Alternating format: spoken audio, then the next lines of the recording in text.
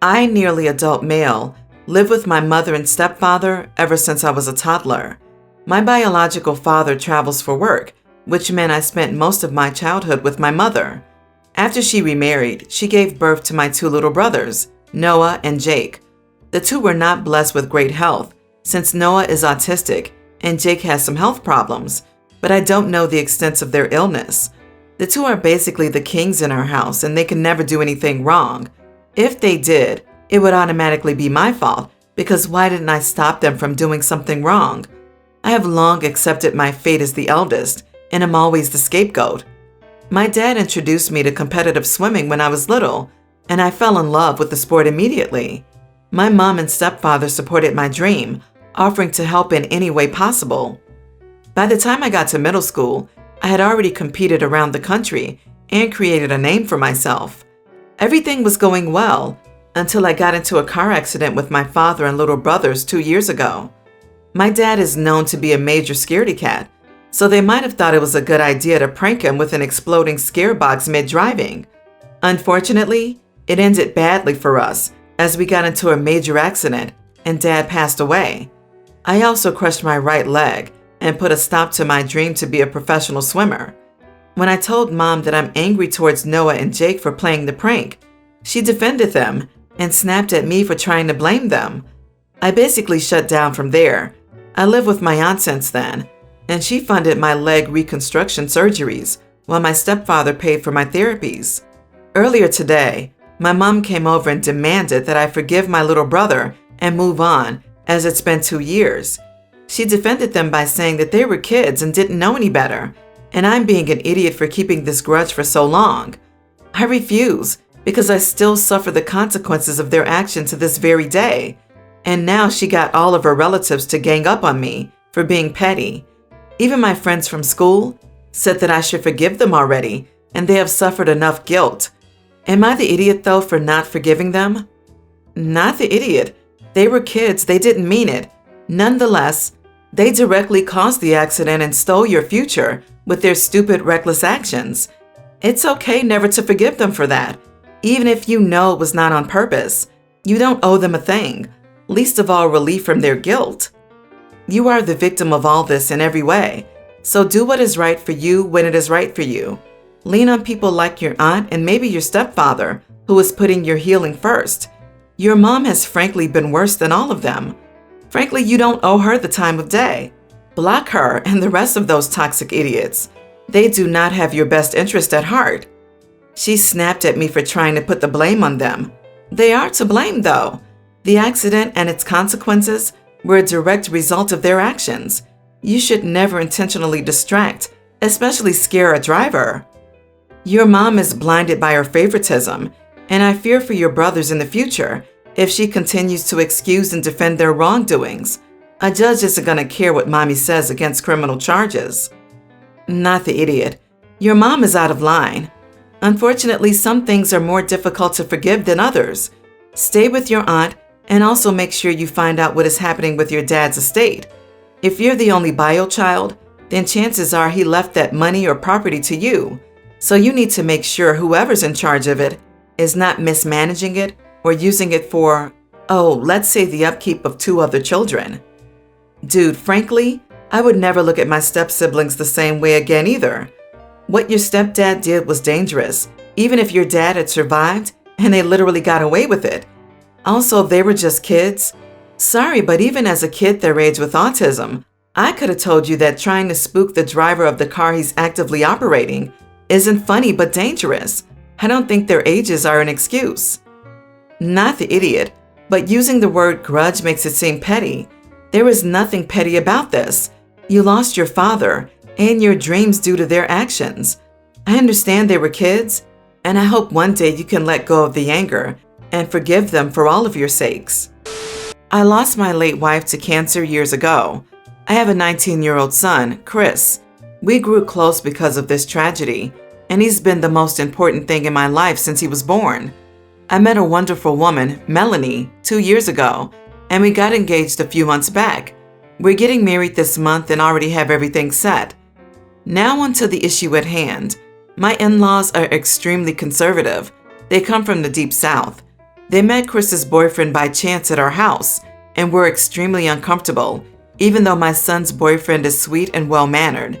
They acted cold towards him and Chris and left dinner early. I spoke with Melanie about it, and she asked me to give them time to adjust since we're a blended family. My in-laws invited me to discuss the wedding, and mother-in-law and father-in-law requested that I don't let Chris's boyfriend come to the wedding. I asked why, and they gave no reason, just that they were uncomfortable with Chris's boyfriend around. I figured it had to do with their beliefs, and they asked me to please respect that and not argue about it. I decided I wanted to argue about it and told them Chris's boyfriend is invited and will attend my wedding. They attempted to talk me into using an excuse to uninvite him if I was worried about Chris's reaction, but I refused and told them they have a choice not to attend if they were uncomfortable, and then I left. They blew up Melanie's phone, claiming I was excluding them from their daughter's wedding and forcing them out of it and offending them too. She brought it up, saying that as their only daughter, her parents want to see her get married, and it wasn't fair for me to tell them not to come. I corrected her and explained that they wanted me to uninvite Chris's boyfriend to my wedding. She said Chris and his boyfriend are nice, but asked me to consider and was sure Chris's boyfriend will understand since her parents seemed to not to want to let it go. I flipped out and told her that either her family respects me and my son and his boyfriend, or they won't be able to come to the wedding.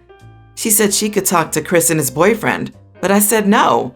She said I was putting her in a hard place and making her choose between her family and me, which isn't the way to solve this conflict, that I was acting as she has no say. I asked if she agreed with them. She said no, but thought Chris not bringing his boyfriend will be easier than the grief she gets if her parents are uninvited.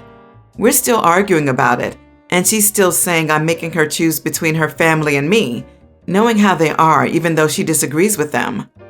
Sounds more like she's making you choose between her parents or your son. This will be a running theme with them. Will they ask your son's boyfriend to sit out holidays and family gatherings as well? Not the idiot.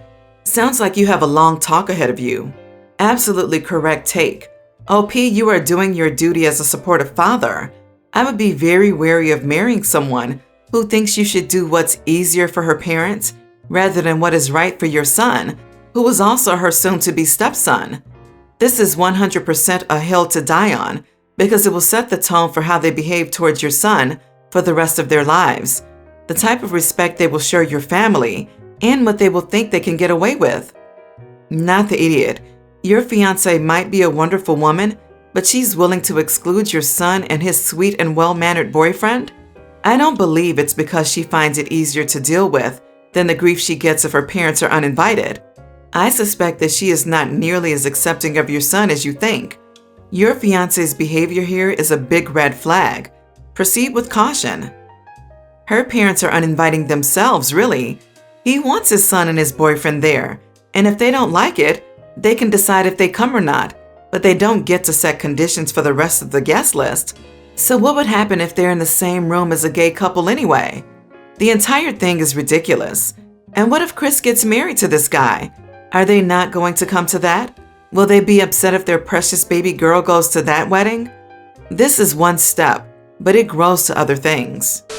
The other day, I was fresh out of the shower when I got a package delivered. It was one of those meal kit delivery things, so I wanted to get it right in the fridge quick because it was so hot outside. I knew it would take a minute to get an entire outfit on, so I decided to just throw on some shorts and grab it. I didn't want to put a bra on and didn't really think it mattered because it was literally 2 feet away from my door, and I really didn't even need to step out of the house to get it. I grabbed my package and put my stuff away and went on with my day. A few hours later, I get a knock on my door.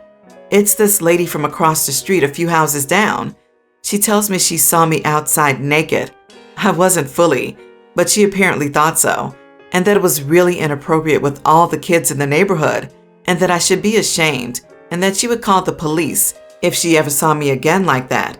She was irrationally angry about it. I pretty much told her to buzz off. She just stormed off after that. Am I the idiot? Not the idiot. Assuming worst case scenario and a toddler's birthday was happening on your front porch, it wasn't intentional, and it was quick.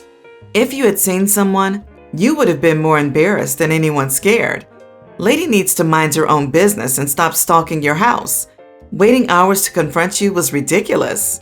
Not the idiot. What is your neighbor doing? Watching your house with binoculars? Creepy. Besides, boobs are boobs. One summer, I accidentally flashed a neighborhood kid who was driving by on his ATV. His eyes, man, LOL. He returned at the same time every day for a week, slowing down and looking up at my window. I don't think I broke him. I think you'll be fine. You are the idiot. You should probably not go outside nude. If a cop had been rolling by, that's indecent exposure. If a child was walking by or saw you, that's also indecent exposure. And you could end up on the offender registry. And for your own safety as a woman, what if some loony bin saw you and then stalked you or whatever? Lady, put on a shirt or a robe next time. OP's neighbor is way too nosy. Why are they staring at OP's house to even notice you grabbing something quickly from the front door? I wish I had that kind of time to monitor the streets, but unfortunately, I'm too busy minding my own business. It would be different if you were parading around your front yard, but just to open the door and bring in a package seems like no big deal to me. The neighbor is a busybody who needs to buzz all the way off. Not the idiot with enthusiasm. My husband's parents threw my husband a birthday dinner at their home last Saturday. During dinner, his sister announced that she was pregnant with her sixth child. Everyone congratulated her, and my husband grew quiet. He and I have been trying for a baby for 7 years and just now saved the money for IVF.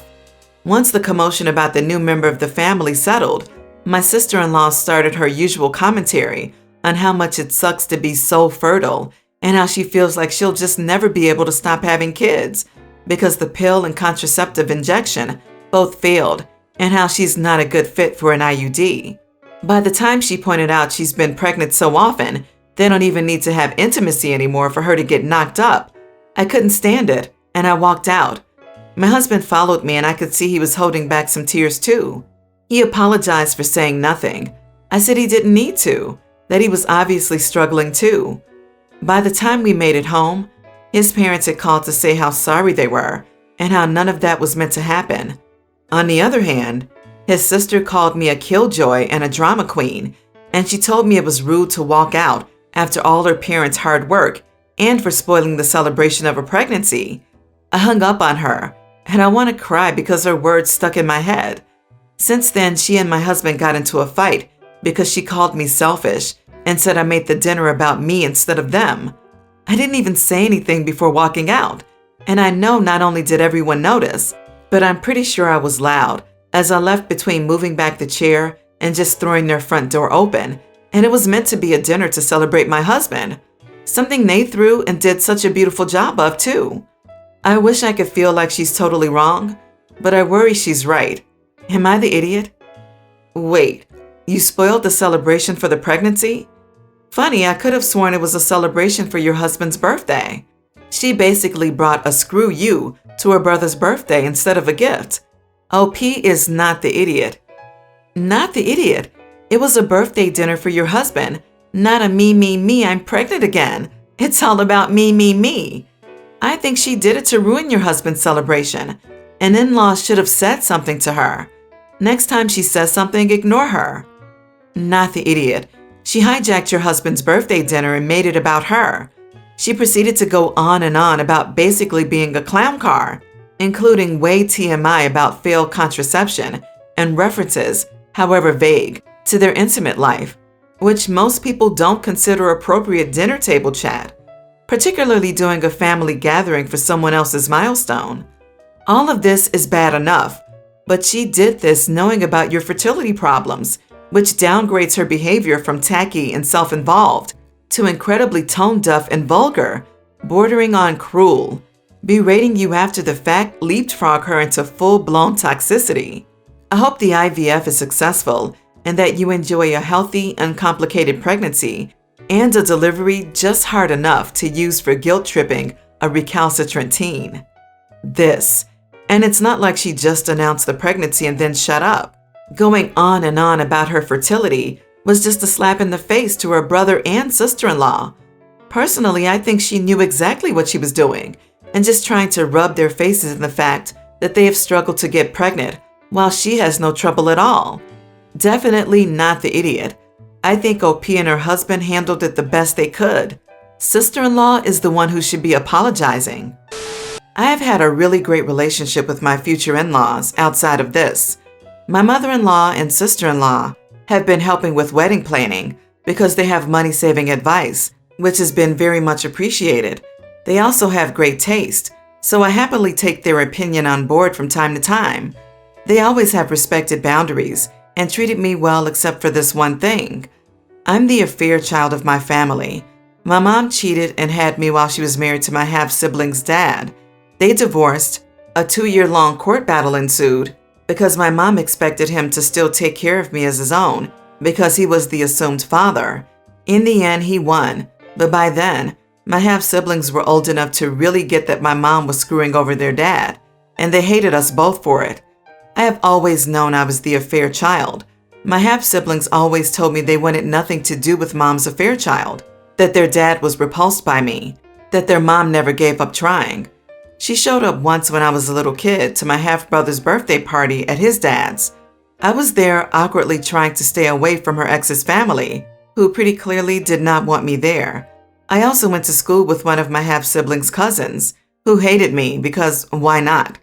My mom would tell me they were my family, but even at a young age, I knew she was lying, and she was making life worse for me. So, in the end, my half-siblings decided to have nothing to do with me, and I cut my mom off for putting me through that as a kid. My in-laws have talked about reaching out to invite my estranged family, including my half-siblings' paternal side. They believe that since my half-siblings and I haven't seen or spoken to each other in more than a decade, that they would have softened.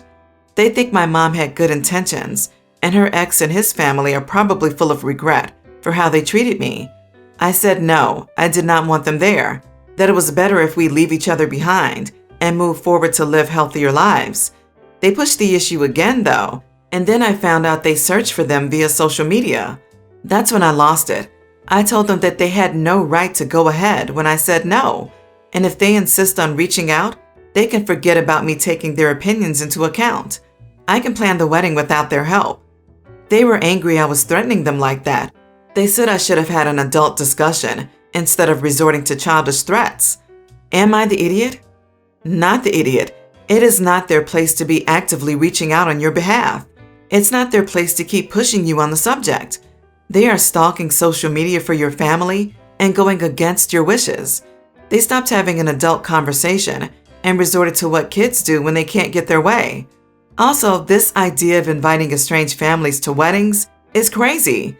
Why not just a meal somewhere way before the wedding to test things out? Why wreck a wedding when it all goes badly? Not the idiot, but you might want to consider having security on hand at the venue to keep uninvited guests out, and let the future in-laws know you've done it. If the estranged part of the family truly wants to reconcile, it can be over coffee. The wedding is supposed to be just about you and your fiancé. Not the idiot. If your half-siblings couldn't see you were blameless for your mother's actions, they are horrible people. Your in-laws should realize this, and that it makes you feel terrible. They're in the wrong. I will say OP is not the idiot, but the children were, well, children. They only knew what their feelings and family told them at the time. You can't blame them too much for their views when they were younger.